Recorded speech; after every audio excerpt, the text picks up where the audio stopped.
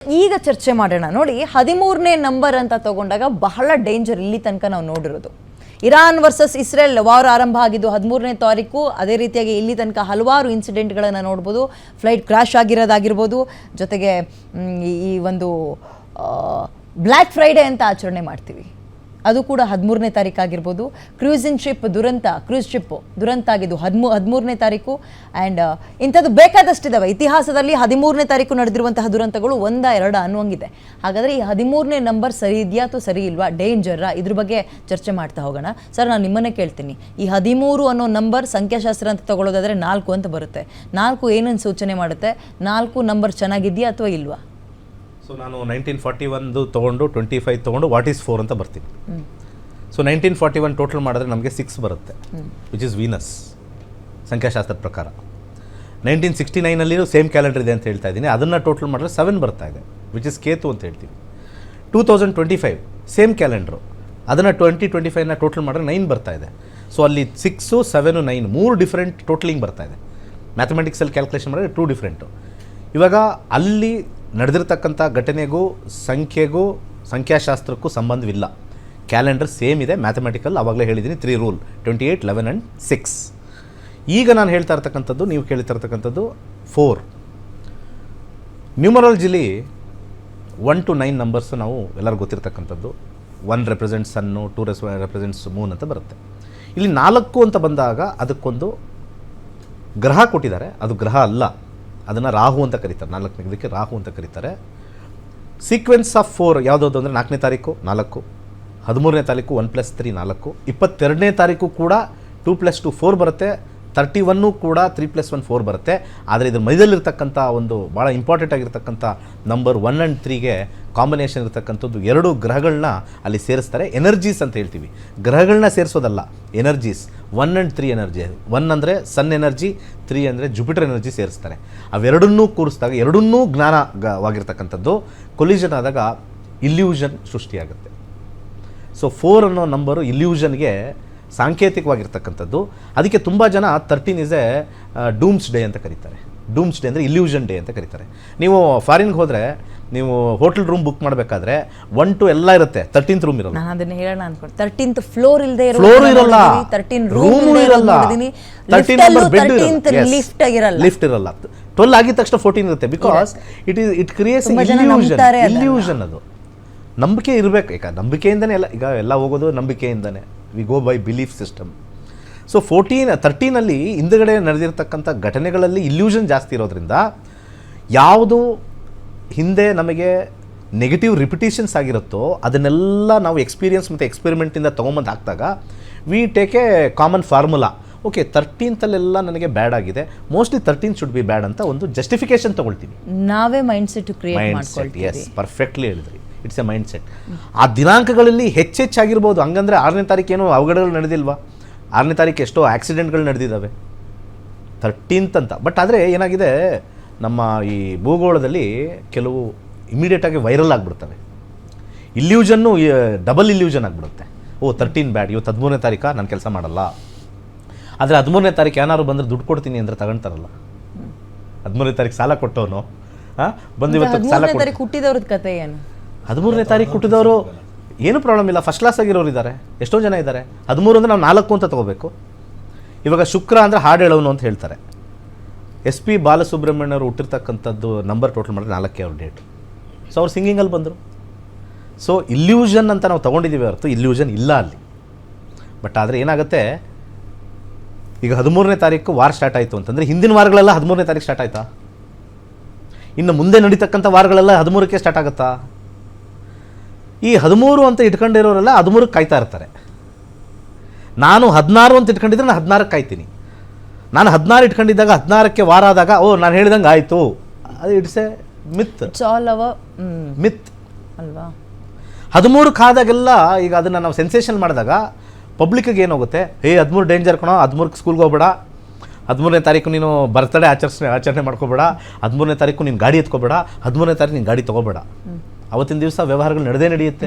ಕೋಟಿ ವ್ಯವಹಾರಗಳು 13ನೇ ತಾರೀಕು ನಡೆದಿದೆ. ಮತ್ತು ಹಾಗಾದರೆ ಈ ಲಕ್ಕಿ ನಂಬರ್ ಅನ್ನೋದೆಲ್ಲ ಸುಳ್ಳ? ಲಕ್ಕಿ ನಂಬರ್ ಅನ್ನೋದು ಮಾನಸಿಕವಾಗಿರ್ತಕ್ಕಂಥ ಒಂದು ಇಷ್ಟಕ್ಕೆ just it is A happiness quotient. Lucky number is A happiness quotient. ಎಲ್ಲ ಲಕ್ಕಿ ನಂಬರ್ ದಿವಸನೂ ನೀವು ಹಿಂದೆ ಹೋಗಿ ನಿಮ್ಮ ಜೀವನದಲ್ಲಿ ಆ ಲಕ್ಕಿ ನಂಬರ್ಸ್ ಎಲ್ಲ ಬರ್ಕೊಂಬನ್ನಿ, ಅವತ್ತಿನ ದಿವಸ ನೀವು ದುಃಖ ಆಗಿಲ್ವಾ ಅಂತ ಕೇಳ್ಕೊಳ್ಳಿ. So it is a happiness ಕೋಶೆಂಟ್ಗೆ ಇವೆಲ್ಲ ಮಾಡಿರೋದು. ಮನುಷ್ಯ ಮಾಡಿರ್ತಕ್ಕಂಥದ್ದೆಲ್ಲ ನಾಳೆ ಇವತ್ತಿನ ಬೇಜಾರಿಗೆ ನಾಳಿನ ಭರವಸೆಗೆ ಆ ಡೇಟ್ಗಳು ಬಂದಿರೋದು. ನಾಳೆ ಭರವಸೆ, ಈ ನಾಳೆ 6 ಡೇಟು ಚೆನ್ನಾಗಿರ್ಬೋದು ನನಗೆ. ಒಬ್ಬ ಯಾರೋ ಹೇಳಿದಾನೆ 6 ಒಳ್ಳೇದು ನನಗೆ, ನಾಳೆ 22 4 ಬರುತ್ತೆ ಡೇಂಜರ್, 23 ಚೆನ್ನಾಗಿದೆ, ಸೋಮವಾರ ಬರುತ್ತೆ ನಿಂಗೆ ಒಳ್ಳೇದಾಗುತ್ತೆ. ಸಂಖ್ಯಾಶಾಸ್ತ್ರನ ನಂಬ್ತೀರಾ ಸರ್? ಇಲ್ಲ, ನಂಬಲ್ಲ. ನೀವೇನ್ ನಂಬ್ತೀರಿ? ಅಸ್ಟ್ರಾಲಜಿ ನಂಬ್ತೀವಿ. Astrology is pure science. ಜ್ಯೋತಿಷಕ್ಕೂ ಸಂಖ್ಯಾಶಾಸ್ತ್ರಕ್ಕೂ ಯಾವ ರೀತಿ ವ್ಯತ್ಯಾಸ ಇದೆ? It is a 1 to 9 representation ಅಷ್ಟೇ. ಇವಾಗ ಸಾಮಾನ್ಯವಾಗಿ ಸಂಖ್ಯಾಶಾಸ್ತ್ರದವರು ಈ ಹೆಸರಲ್ಲಿ ಇಟ್ಕೋಬೇಕು, ಈ ಹೆಸರಲ್ಲಿ ಇಟ್ಕೋಬಾರ್ದು ಅಂತ ಹೇಳ್ತಾರಲ್ವಾ, ಅದು ರಾಂಗ್. ಅದು ವೆರಿ ಸಿಂಪಲ್ ಆಗಿ ಹೇಳ್ತೀನಿ. ಎಲ್ಲರಿಗೂ ಕಬ್ಬಣ ಯಾವ ಗ್ರಹ ಅಂತ ಗೊತ್ತು, ಶನಿ ಗ್ರಹ. ಶನಿಗೆ ಸಂಖ್ಯೆ 8 ಅಂತ ಹೇಳ್ತಾರೆ, ಎಲ್ಲರಿಗೂ ಗೊತ್ತಿರ್ತಕ್ಕಂಥದ್ದು. ಹಾಗೆ ಇಂಗ್ಲೀಷಲ್ಲಿ ಬರ್ತಕ್ಕಂಥ ION, IRON, ಆ ಸಂಖ್ಯಾಶಾಸ್ತ್ರದಲ್ಲಿ ಟೋಟಲ್ ಮಾಡಿದ್ರೆ ನಿಮಗೆ ಶುಕ್ರ ಬರ್ತಾನೆ. ಹೇಗೆ ಅಯನ್ ಬಂದ್ಬಿಟ್ಟು ಶುಕ್ರ ಬಂದ? ಅದು ಬಿಟ್ಟಾಕಿ. ಡೈಮಂಡ್ ಅನ್ನೋದು ಶುಕ್ರನಿಗೆ. ಡಿಗೆ ಒಂದು ನಂಬರ್ ಇರುತ್ತೆ, ಲೆಟರ್ ಇರುತ್ತೆ, ಐಗೆ ಒಂದು ನಂಬರ್ ಇರುತ್ತಲ್ಲ, ಅದನ್ನೆಲ್ಲ ಟೋಟಲ್ ಮಾಡಿದಾಗ ಅಲ್ಲಿ ಇದು 8 ಬರುತ್ತೆ. ಹಂಗಾರೆ ಇದು ಹೆಂಗೆ ಶನಿ ಆಯಿತು? ಶುಕ್ರನಿಗೆ ಶನಿಗೆ ಹೆಂಗೆ ಬಂತು? ಅದು ಬೇಡ, ಗೋಲ್ಡ್ ಇಟ್ಕೊಳ್ಳೋಣ.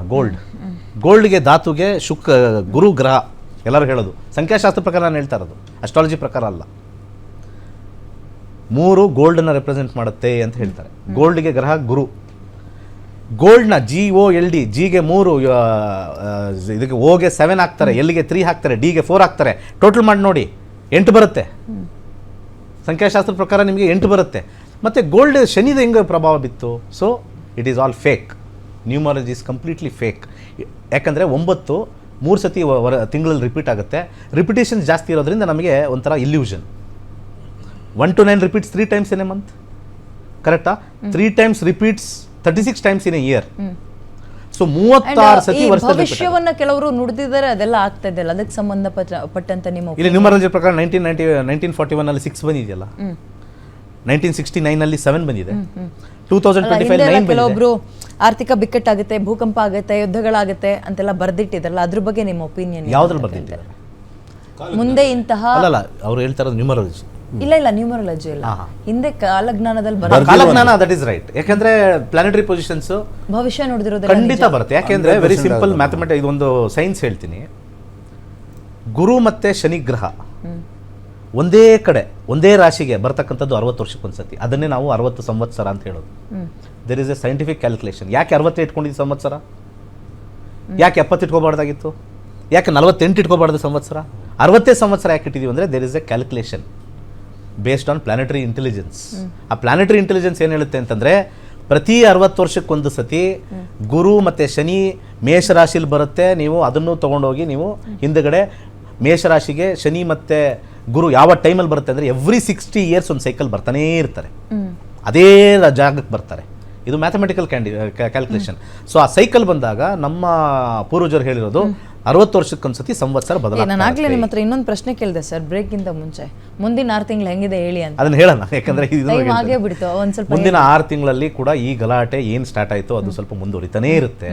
ಯಾಕಂದ್ರೆ ಲಗ್ನಾಧಿಪತಿ ಸಿಂಹ ಲಗ್ನದಲ್ಲಿ ಇವತ್ತು ನಾವು ಉಗಾದಿ ಭವಿಷ್ಯ ಪ್ರಾರಂಭವಾಗಿರೋದು. ಅಂದರೆ ಎವ್ರಿಥಿಂಗ್ ಸ್ಟಾರ್ಟ್ಸ್. ಯಾಕೆ ನಾವು ಈ ಆಫೀಸ್ ಪೂಜೆನೂ ನಾವು ಒಳ್ಳೆ ಮುಹೂರ್ತದಲ್ಲಿ ನೋಡಿಲ್ವಾ? ಹೌದು, ನಾವೆಲ್ಲ ತರ್ಕ ಮಾಡ್ತೀವಿ. ನಮ್ಮ ವೈಯಕ್ತಿಕ ಬಂದಾಗ ಕರೆಕ್ಟ್ ಡೇಟ್ ಟೈಮ್ ನೋಡ್ರಿ ಅಂತೀವಿ, ಕರೆಕ್ಟಾ? ಡಿಬೇಟ್ಗೆ ಮುಹೂರ್ತ ಸರಿ ಇಲ್ಲ ಅಂತಾರೆ. ಆದರೆ ನಮ್ಮ ವೈಯಕ್ತಿಕ ಬಂದಾಗ ಆಫೀಸ್ ಒಳ್ಳೆ ಟೈಮಲ್ಲಿ ಓಪನ್ ಮಾಡಬೇಕಪ್ಪ, ಅದು ಮನಸ್ಸು ಅಲ್ವಾ? ಮನಸ್ಸಿಗೂ ತರ್ಕಕ್ಕೂ ಇಟ್ಸ್ ಎ ಡಿಫರೆನ್ಸ್.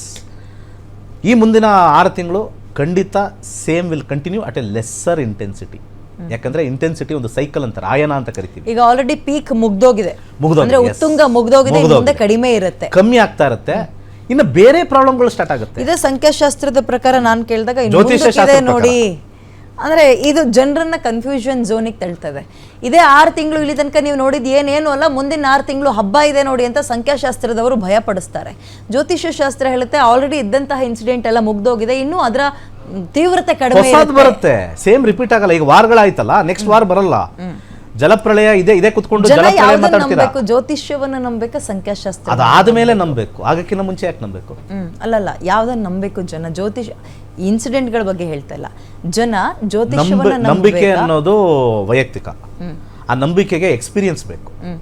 ಎಕ್ಸ್ಪೀರಿಯನ್ಸ್ ಇಲ್ಲದೆ ನಂಬೋದು ಮೌಢ್ಯ ಅಲ್ವಾ? ನಾಸ್ತಿಕರು ಏನ್ ಮಾಡ್ತಾರೆ? ಎಕ್ಸ್ಪೀರಿಯನ್ಸ್ ಇಂದೇ ನಂಬಿರ್ತಕ್ಕಂಥವ್ರು ನಾಸ್ತಿಕರು. ಆಸ್ತಿಕರು ಎಕ್ಸ್ಪೀರಿಯನ್ಸ್ ಮಾಡಿದ್ದಾರೆ.